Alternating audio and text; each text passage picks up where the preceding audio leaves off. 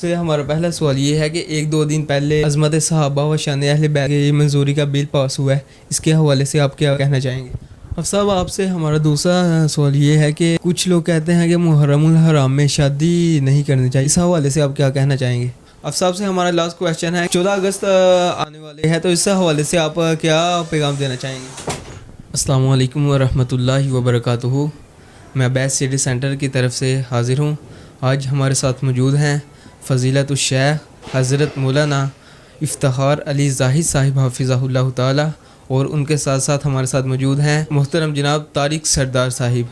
سب سے پہلے ہم مولانا افتخار علی زاہد صاحب سے کچھ بات چیت کرتے ہیں۔ السلام علیکم ورحمۃ اللہ وبرکاتہ۔ وعلیکم السلام ورحمۃ اللہ وبرکاتہ۔ سے ہمارا پہلا سوال یہ ہے کہ ایک دو دن پہلے عظمت صحابہ و شان اہل بیت کی منظوری کا بل پاس ہوا ہے، اس کے حوالے سے آپ کیا کہنا چاہیں گے؟ بسم اللہ الرحمن الرحیم۔ یہ بات الحمدللہ سب کو معلوم ہے کہ تمام اہل ایمان اور اہل اسلام ان کے دل خوشی سے جگمگا رہے ہیں اور بڑے ہی پرمسرت ہیں کہ سینٹ میں ناموس صحابہ و اہل بیت کا بل جو ہے وہ پاس ہوا ہے، تو الحمدللہ اہل ایمان کو اس بات کی بڑی خوشی ہے۔ تو میں اس حوالے سے اپنی جماعت کے ساتھ محترم جناب طارق سردار صاحب، عارف سردار صاحب، عادل سردار صاحب، اور اپنے اسی طرح جامع مسجد توحید سردار کی کابینہ کے حوالے سے جناب حاجی لال دین صاحب اور محترم اسماعیل مغل صاحب، عمران بھائی صاحب، عرفان صاحب، سب کے طرف سے میں اپنی جماعت کے اکابرین کو مبارکباد پیش کرتا ہوں، خصوصاً محترم جناب امیر محترم پروفیسر سینیٹر ساجد میر صاحب حافظہ اللہ تعالی۔ اللہ تعالیٰ ان کی محنتوں اور کوششوں کو جو ہے مزید کامیاب کرے، بڑی انہوں نے کوشش کی، اور اسی طرح سینیٹر پروفیسر جناب عبدالکریم صاحب حافظہ اللہ تعالی، اور اپنی جماعت کے دیگر اکابرین کو اور دیگر جماعتیں جنہوں نے اس بل کو پاس کروانے میں بڑی کوششیں کی ہیں، ان کے اکابرین کو، سب تمام اہل ایمان کو مبارکباد پیش کرتے ہیں۔ الحمدللہ ہم اس بات پر بڑے خوش ہیں کہ جو بھی صحابہ کرام کی گستاخی اور بے ادبی کرے گا آل رسول، اہل بیت، ازواج مطہرات کی، اس کو 10 سال کی جو ہے نا قید سنائی جائے گی۔ اس کا فائدہ یہ ہوگا کہ جو پاکیزہ ہستیاں ہیں، جو پاکیزہ شخصیات ہیں، صحابہ کرام، ازواج مطہرات اور اہل بیت، ان کے بارے میں جو بد زبانی کرتے ہیں، جو ان کے بارے میں نازیبا کلمات بولتے ہیں، وہ اس سے باز آئیں گے اور رک جائیں گے، اور انشاءاللہ جو ہے ملک کی جو امن کی فضا ہے وہ بہترین ہوگی۔ اور الحمدللہ ہم اپنے اکابرین کو دل کی اتھاہ گہرائیوں سے مبارکباد پیش کرتے ہیں اس پر، اور یہ کام اس میں ہمارے جو شہداء ہیں ان کا بھی بڑا کردار ہے۔ علامہ احسان الہی ظہیر رحمہ اللہ تعالی، علامہ حبیب الرحمن یزدانی رحمہ اللہ تعالی، مولانا محمد حسین شیخ پوری رحمہ اللہ تعالی، مولانا عبداللہ شیخ پوری رحمہ اللہ تعالی، دیگر جو ہمارے اکابر تھے وہ ساری زندگی اس پر محنت کرتے رہے، اور دیگر جماعتوں کے اکابر بھی اس پر محنت کرتے رہے ہیں۔ انشاءاللہ اس کا ان کو بھی حصہ ضرور ملے گا۔ اللہ سے دعا کرتے ہیں اور استدعا کرتے ہیں کہ جس طرح یہ بل پاس ہو گیا ہے، اللہ کرے اس کا نفاذ بھی جو ہے نا ہو جائے، اور پاکیزہ ہستیاں جو ہیں ان کی عزت، ان کی ناموس جو ہے وہ پامال نہ ہو بلکہ محفوظ ہو جائے، اور انشاءاللہ اللہ کی رحمت سے اہل حدیث، مرکزی جمعیت اہل حدیث کا بچہ بچہ، ہر جوان، ہر بوڑھا اللہ کے فضل سے صحابہ کرام کی ناموس پر، ان اہل بیت کی عظمت اور شان پر اپنے مال، جان، اولاد، اپنا سب کچھ قربان کرنے کے لیے الحمدللہ تیار ہیں۔ اور ہمارے وہ اکابر علماء کرام جنہوں نے محترم ساجد میر صاحب اور مولانا عبدالکریم صاحب حافظہم اللہ تعالی ان کا ساتھ دیا، اور ان کے ساتھ پورے ملک میں ریلیاں نکالیں اور اسی طرح پورے ملک میں انہوں نے جلسے کیے، جلوس کیے اور بڑی کوششیں کی۔ میں اللہ سے دعا کرتا ہوں اللہ ان کی محنتیں اور کوششیں بھی اپنی بارگاہ میں قبول فرمائے۔ اب صاحب آپ سے ہمارا دوسرا سوال یہ ہے کہ کچھ لوگ کہتے ہیں کہ محرم الحرام میں شادی نہیں کرنی چاہیے، اس حوالے سے آپ کیا کہنا چاہیں گے؟ بسم اللہ الرحمن الرحیم۔ دیکھیں ہمارے معاشرے میں نا ایک خاص گروہ ہے جو محرم الحرام کو سوگ کا مہینہ سمجھتا ہے، ٹھیک ہے نا، جبکہ محرم الحرام جو ہے سوگ کا مہینہ نہیں، یہ حرمت والے مہینوں میں سے ایک مہینہ ہے۔ حرمت والے مہینے 4 ہیں، ذی قعدہ ہے، ذی الحجہ ہے اور محرم، اور اسی طرح چوتھا رجب ہے۔ تو محرم جو ہے اسلامی سال کا پہلا مہینہ ہے۔ یہ سوگ کا مہینہ لوگ اس کو کہتے ہیں، یہ سوگ کا مہینہ نہیں ہے۔ سوگ کا جو تصور ہے وہ خواتین کے لیے شریعت نے 3 دن تک ذکر کیا ہے۔ سیدہ زینب رضی اللہ تعالیٰ عنہ جب ان کا بھائی فوت ہوا نا تو 3 دن تک انہوں نے سوگ کیا، اور تیسرے دن جب 3 دن مکمل ہو گئے تو انہوں نے خوشبو منگوائی اور اپنے کپڑوں کو لگائی اور مخاطب سے یہ بات کہی کہ مجھے خوشبو کی کوئی حاجت نہیں تھی، خوشبو کی کوئی ضرورت نہیں تھی، میں نے یہ خوشبو اس لیے لگائی ہے کہ آپ کو پتہ چل جائے کہ میرا سوگ ختم ہو گیا، کیونکہ میں نے اللہ کے رسول صلی اللہ علیہ وسلم سے یہ بات سنی ہے۔ انہوں نے یہ بات ارشاد فرمائی تھی، لا یحل لامرأۃ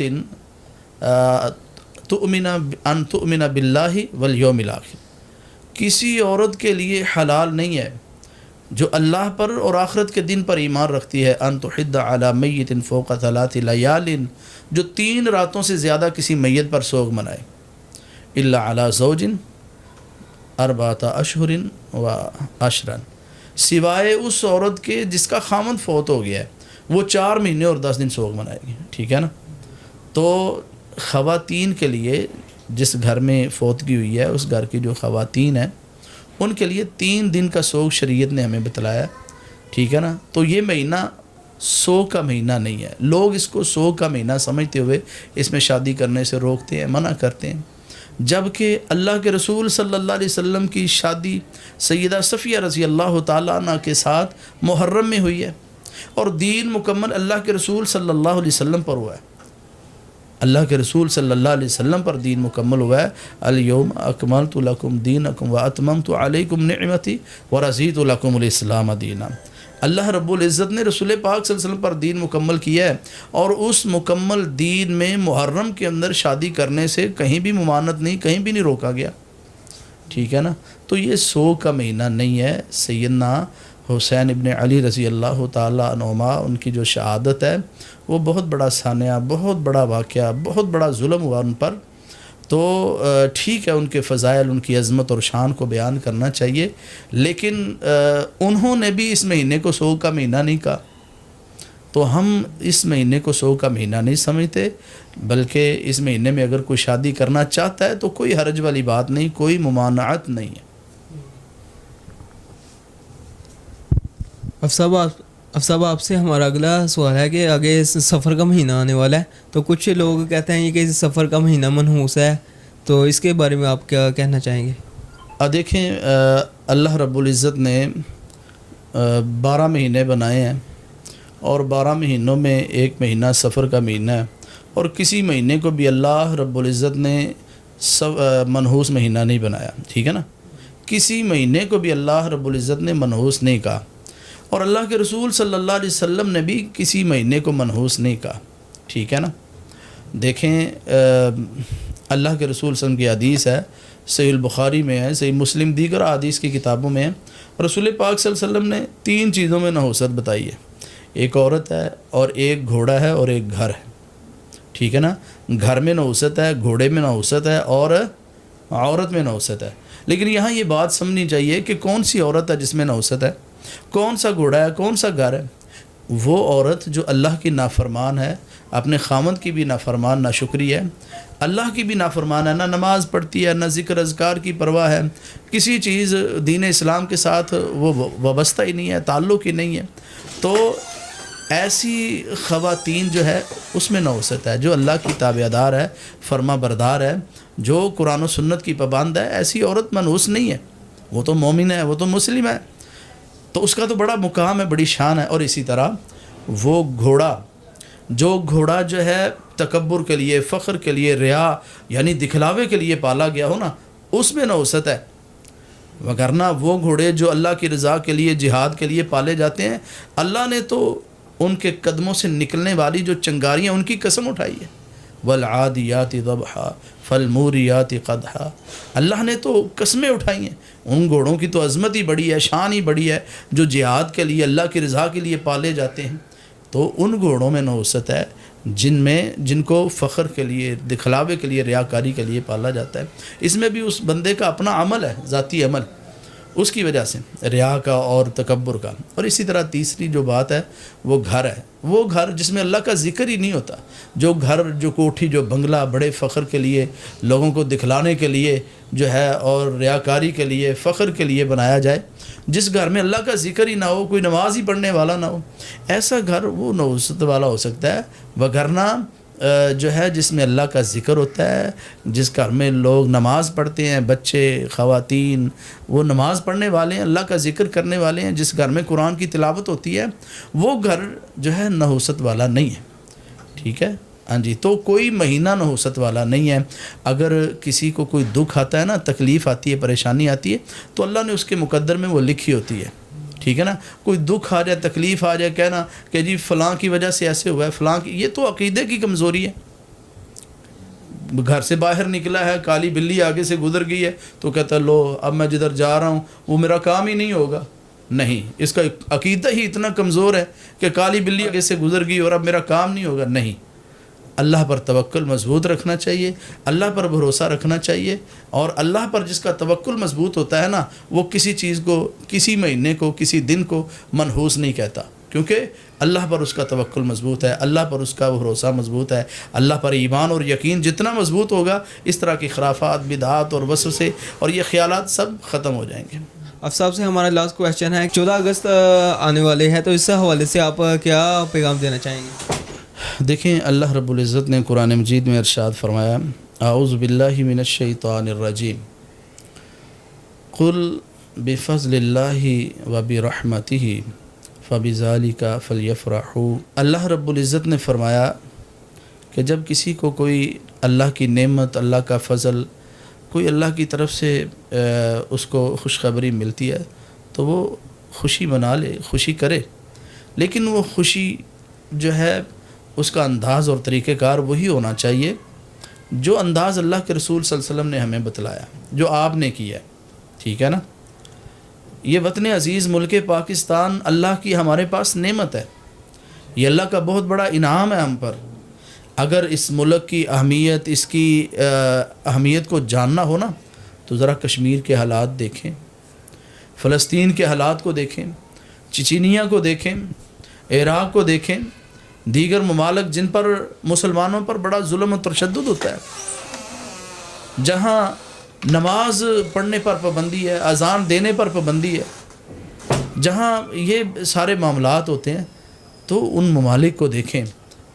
یہ جو ہے اور کئی ایک ممالک ہیں. تو یہ وطن عزیز ملک پاکستان میں آپ دیکھیں, اذانیں دیتے ہیں, نمازیں پڑھتے ہیں, کوئی آپ کو روکنے والا نہیں. آپ کانفرنسیں کراتے ہیں, دعوت و تبلیغ کا کام کرتے ہیں, آپ دروس کرواتے ہیں, تو آپ کو کوئی منع کرنے والا نہیں, روکنے والا نہیں. تو یہ اللہ کی بڑی نعمت ہے, اللہ کا بڑا فضل ہے. اور سب سے بڑی بات یہ ہے کہ اللہ رب العزت نے جو ہے یہ ملک ہمیں کلمہ طیبہ کی بنیاد پر عطا کیا ہے. تو ہمیں جو ہے نا اس کے حوالے سے بہتر سوچنا چاہیے, بہتر خیال کرنا چاہیے. اس کو ملک کے امن کو, ملک کے اندر جو فضا ہے اس کو بہتر کرنے کی کوشش کرنی چاہیے. دیکھیں, اللہ کے رسول صلی اللہ علیہ وسلم کو بڑی ساری خوشیاں ملی ہیں, تو رسول پاک صلی اللہ علیہ وسلم نے اپنی خوشی میں کیسا اپنا انداز اور طور طریقہ اختیار کیا. ایک حدیث میں آتا ہے, اللہ کے رسول صلی اللہ علیہ وسلم جا رہے تھے, تو رسول پاک صلی اللہ علیہ وسلم نے دیکھا کہ ایک چھوٹے قد کا بچہ ہے, ایک چھوٹے قد کا آدمی ہے. تو نبی صلی اللہ علیہ وسلم فوراً سجدے میں گر گئے, تو اللہ کا شکریہ ادا کیا کہ اللہ کا بہت بڑا شکر ہے کہ جس اللہ نے مجھے بہترین قد عطا کیا ہے. تو یہ جو ہے اللہ کی نعمت ہے, اللہ کی نعمت پر سجدہ شکریہ ادا کرنا چاہیے، ٹھیک ہے. اور اسی طرح جب کوئی کامیابی ملتی ہے، کوئی خوشی ملتی ہے، تو اللہ رب العزت کا اپنی زبان سے بھی شکریہ ادا کرنا چاہیے، الحمدللہ کہنا چاہیے، اللہ تیرا شکر ہے. اللہ کے رسول صلی اللہ علیہ وسلم کی حدیث ہے، ابن ماجہ میں باب فضل الحامدین ہے اور صفحہ نمبر 78 ہے. اللہ کے رسول صلی اللہ علیہ وسلم کے صحابی سیدنا انس بن مالک رضی اللہ تعالیٰ عنہ بیان کرتے ہیں کہ اللہ کے رسول صلی اللہ علیہ وسلم نے فرمایا ما انعم اللہ علی عبد فقال الحمدللہ الا ما كان الذي اعطى مما اخذ. اللہ کے رسول صلی اللہ علیہ وسلم فرماتے ہیں کہ وہ شخص جس کو اللہ نے کوئی نعمت عطا کی ہے، کوئی اللہ نے اپنا اس پر فضل کیا ہے، کوئی انعام کیا اس پر، اور وہ اس نعمت کے مل جانے پر یہ بات کہتا ہے اللہ تیرا شکر ہے، الحمدللہ الحمدللہ کے کلمات بولتا ہے، تو رسول پاک صلی اللہ علیہ وسلم نے فرمایا الا ما كان الذي اعطى مما اخذ. اللہ رب العزت اس کی زبان سے نکلے ہوئے کلمات کو اپنی نعمت پر فوقیت و برتری عطا کر دیتے ہیں. تو اس لیے ایک طریقہ یہ ہے سجدہ شکر ادا کیا جائے، دوسرا طریقہ یہ ہے کہ اپنی زبان سے اللہ کی توحید والے کلمات، اللہ کی حمد والے کلمات بولے جائیں. اور اسی طرح اللہ کے رسول صلی اللہ علیہ وسلم نے جب مکہ کو فتح کیا نا، مکہ فتح ہوا، تو رسول پاک صلی اللہ علیہ وسلم نے نا سیدنا بلال رضی اللہ عنہ سے بولا کہ بلال آج کعبہ کی چھت پر چڑھیں اور آذان سنائیں. اللہ کے رسول صلی اللہ علیہ وسلم کہ یہ صحابی سیدنا بلال رضی اللہ عنہ کعبہ کی چھت پر چڑھتے ہیں اور اذان دیتے ہیں، اللہ کی توحید والے کلمات کو بلند کرتے ہیں. تو اللہ نے ہمیں یہ نعمت دی ہے، اس پر ہمیں اللہ کی توحید والے کلمات، اللہ کی حمد والے کلمات، اللہ کی کبریائی، بڑائی، عظمت اور شان والے کلمات زبان سے ادا کرنے چاہیے. اللہ تیرا شکر ہے تو نے ہم کو یہ ملک عطا کیا ہے. تو اسی طرح اللہ کے رسول اللہ کی عبادت کر کے اللہ کا شکریہ ادا کرنا چاہیے، اللہ کی اطاعت اور فرما برداری کر کے دین اسلام پر عمل کر کے اللہ کا شکریہ ادا کرنا چاہیے. اللہ کے رسول صلی اللہ علیہ وسلم رات کے وقت لمبی نماز پڑھا کرتے تھے نا، اور جو ہے لمبے سجدے، لمبے قیام. تو ایک دن امی جان سیدہ عائشہ رضی اللہ تعالیٰ عنہ نے رسول پاک صلی اللہ علیہ وسلم سے بول ہی دیا، فرمایا یا رسول اللہ آپ تو معصوم عن الخطا ہیں، آپ کی تو کوئی غلطی نہیں ہے، آپ کا تو کوئی گناہ نہیں ہے، آپ تو معصوم ہیں، پھر بھی آپ اتنی لمبی نماز پڑھتے ہیں. تو رسول پاک صلی اللہ علیہ وسلم نے فرمایا عائشہ افلا اکون عبدا شکورا، کیا میں اللہ کا شکر گزار بندہ نہ بن جاؤں؟ تو معلوم یہ ہوا کہ اللہ کا شکریہ ادا کرنے کے لیے اللہ رب العزت کی عبادت کرنی چاہیے، اللہ کا شکریہ ادا کرنے کے لیے 5 وقت کا نمازی ہونا چاہیے، اپنے عقیدے کی اصلاح کرنی چاہیے، اپنے عمل کی اصلاح کرنی چاہیے، اللہ کی نافرمانی سے بچنا چاہیے، رسول پاک صلی اللہ علیہ وسلم کی سنت کی مخالفت سے ہمیں بچنا چاہیے. تو یہ ہے خوشی منانے کا ایک انداز، طریقہ. ہمارے ہاں معاشرے میں جو لوگوں نے خوشی کا یہ 14 اگست والے دن یہ ڈھول ڈمکا، باجے گاجے اور اس طرح رقص اور یہ ناچ گانے، یہ ساری جو فضولیات ہیں نا، یہ ان سے مکمل گریز کرنا چاہیے، ان سے مکمل بچنا چاہیے. یہ طریقہ کار درست نہیں ہے، یہ طریقہ کار سنت سے ثابت نہیں ہے، یہ تو جو ہے نا شیطانی عمل ہے. یہ باجے گاجے گانے بجانا اور پھر جو ہے نا ڈھول ڈمکے بجانا نہیں میرے بھائی، ہمارا دین ہمیں اس بات کی اجازت نہیں دیتا. اللہ نے مکہ فتح ہوا تو نبی صلی اللہ علیہ وسلم نے کس انداز سے خوشی کی ہے، اور جب اللہ کے رسول کو فتوحات کی خوشخبری ملتی، رسول پاک صلی اللہ علیہ وسلم کیا انداز اختیار کرتے تھے، ہمیں بھی وہی انداز اختیار کرنا چاہیے. تو اللہ کی حمد، اللہ کی تعریف، اللہ کی حمد و ثنا کرنی چاہیے.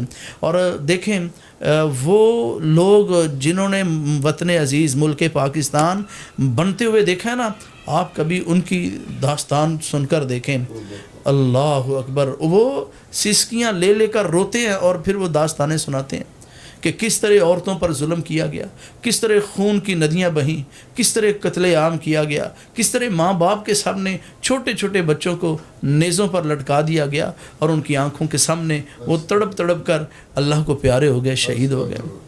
کس طرح قربانیاں دی ہیں. یہ مسلمان ان قربانیوں کو بھول گئے ہیں، ان قربانیوں کو یاد کرنا چاہیے جو قربانیاں جو ہے مسلمانوں نے وطن عزیز کے لیے، ملک پاکستان کے لیے دی ہیں. تو میں اپنے نوجوان بھائیوں سے، اپنے ملک کے جو باسی ہیں، اپنے ہم وطنوں سے یہی بات کہنا چاہوں گا کہ آپ وہ طریقہ اختیار کریں، اس انداز کو اختیار کریں، ایسے انداز سے خوشی منائیں جس سے اللہ ناراض نہ ہو، اللہ کے رسول صلی اللہ علیہ وسلم کی کوئی مخالفت نہ ہو، جس میں رسول پاک صلی اللہ علیہ وسلم کی کوئی نافرمانی نہ ہو۔ اور میں یہ پیغام دینا چاہوں گا کہ وطن عزیز اس کی فضا کو، اس کے ماحول کو امن والا بنائیں، اور اس کی فضا کو محبت اور پیار سے جو ہے نا لبریز کر دیں۔ اس ملک میں محبتوں کو بکھیریں، نفرتوں کو نہیں بکھیریں، نفرتوں سے بچنا ہے، اور اس ملک میں پیار، عقیدت اور محبتوں کو بکھیرنا ہے۔ ہم نے انشاءاللہ اس وطن عزیز کو ایک گلستان کی طرح، ایک خوشبودار جو ہے باغ کی طرح، پھول کی طرح انشاءاللہ بنانا ہے، جہاں سے ہر ایک کو خوشبو آئے۔ تو میں لاسٹ میں، آخر میں یہ دعا کروں گا کہ اللہ رب العزت ہمارے ملک پر رحم فرمائے، ہمارے ملک میں اللہ تعالیٰ امن کو جو ہے نا وہ نافذ فرمائے، دین اسلام کا نفاذ کر دے، اور ہمیں ایسے حکمران نصیب فرمائے کہ جو دین اسلام سے محبت کرنے والے ہوں، جو آل رسول اہل بیت سے محبت کرنے والے ہوں، جو قرآن و سنت پر عمل کرنے والے ہوں، ایسے اللہ حکمران نصیب فرمائے جو حدود کا نفاذ کریں، اور جو ہے دین اسلام کو اس میں جو ہے نا اس کی آبیاری کریں، اور دین اسلام کی اشاعت کریں۔ اللہ رب العزت ہمارے ملک کی حفاظت فرمائے، اور اس ملک کے ساتھ جو حسد رکھنے والے ہیں، اللہ تعالیٰ اس ملک کو حاسدین کے حسد سے محفوظ فرمائے، شریر لوگوں کے شر سے محفوظ فرمائے۔ اللہ رب العزت اس ملک میں امن کی فضا پیدا فرما دے۔ اللہ تعالیٰ ہم سب کو اس ملک کے ساتھ سچی اور صحیح محبت کرنے کی توفیق دے۔ محترم جناب طارق سردار صاحب، آپ صاحب سے کویشچن کرنا چاہیں تو کر سکتے ہیں۔ السلام علیکم ورحمۃ اللہ۔ صاحب میرا یہ سوال ہے کہ محرم الحرام میں بھی جو ہے نا لوگ خصوصی اہتمام کرتے ہیں کہ قبروں کے اوپر جا کے نئی مٹی ڈالتے ہیں، اور قبروں کو چار بھنڈ کرتے ہیں، اور ان کو جو ہے نا وہ صفائی کا اہتمام کرتے ہیں۔ کیا ایسا کرنا کوئی شریعت میں کوئی ٹھیک ہے، یا اس میں کوئی ممانعت ہے؟ جزاک اللہ خیرہ۔ دیکھیں، محرم الحرام میں قبروں پر مٹی ڈالنے کے حوالہ سے جو بات ہے نا وہ سنت سے ثابت نہیں ہے۔ خصوصاً محرم میں 9 اور 10 محرم کو لوگ اس چیز کا بڑا اہتمام کرتے ہیں، جبکہ 9 اور 10 محرم کو مٹی ڈالنے کے لیے خاص کرنا یہ درست نہیں ہے، یہ صحیح نہیں ہے۔ ہم کہتے ہیں کہ تم محرم کے علاوہ سفر میں کیوں نہیں مٹی ڈال لیتے، تم ذیقات میں کیوں نہیں جاتے ہو؟ اگر قبر کی کوئی درستگی کرنی ہے، قبر کو کوئی جو ہے نا اگر وہ بیٹھ گیا ہے یا اس کا کوئی نشان ختم ہونے والا ہے، نشان کے طور پر اس کو کوئی نشان رکھنا ہے، تو آپ جو ہے نا وہ ذیقات میں کیوں نہیں چلے جاتے، رمضان میں کیوں نہیں چلے جاتے؟ محرم کی 9 اور 10 تاریخ کو خاص کیوں کرتے ہو؟ محرم کی 9 اور 10 تاریخ کو یا محرم کے مہینے کو خاص کرنا یہ سنت سے ثابت نہیں ہے، یہ درست نہیں ہے۔ اور اس حوالے سے ایک اور بات یہ ہے کہ بعض لوگ جو ہے نا وہ قبرستان میں جا کر قبروں کو اونچا کرتے ہیں، لیپ کرتے ہیں، پختہ بناتے ہیں قبروں کو۔ دیکھیں، اللہ کے رسول صلی اللہ علیہ وسلم نے اس بات سے منع کیا۔ نبی صلی اللہ علیہ وسلم نے نہا ان یجسس، قبروں کو چونا گچ کرنے سے اللہ کے رسول صلی اللہ علیہ وسلم نے منع فرمایا۔ او یزادہ، یا قبروں کے اوپر قبروں کی مٹی کو زیادہ کرنے کے لیے، قبروں کو اونچا کرنے کے لیے مٹی ڈالنا، اس سے بھی اللہ کے رسول صلی اللہ علیہ وسلم نے منع فرمایا ہے۔ قبروں کو پکی قبریں بنانا، اس سے بھی اللہ کے قبروں کے اوپر گنبد بنانا، اس سے بھی اللہ کے رسول صلی اللہ علیہ وسلم نے منع فرمایا۔ واضح طور پر اللہ کے رسول صلی اللہ علیہ وسلم نے سیدنا علی رضی اللہ تعالیٰ عنہ سے کیا ارشاد فرمایا تھا؟ علی جاؤ، جو ایک بالشت سے قبر تم کو اونچی نظر آتی نا اس کو پست کر دو، اس کو نیچے کر دو، ٹھیک ہے نا؟ تو یہ قبروں کے اوپر مٹی ڈالنا نہ تو اللہ کے رسول صلی اللہ علیہ وسلم نے محرم میں کوئی اس کی تعلیم دی ہے، نہ صحابہ کرام سے اس طرح کو کوئی عمل ملتا ہے، تو اس لیے بچنا چاہیے۔ ہاں، ایک قبر نیچے بیٹھ گئی ہے تو جو ہے نا اس قبر کو نشان کے طور پر اس کا نشان باقی رکھنے کے لیے تھوڑی سی مٹی ڈال لینا، اس میں کوئی قباحت نظر نہیں آتی۔ جی تو ناظرین، آپ نے حافظ صاحب کی قیمتی بات فرمائی، اسی کے ساتھ ہمیں دیجیے اجازت اور دیکھتے رہیے ابیسری سینٹر۔ اللہ حافظ۔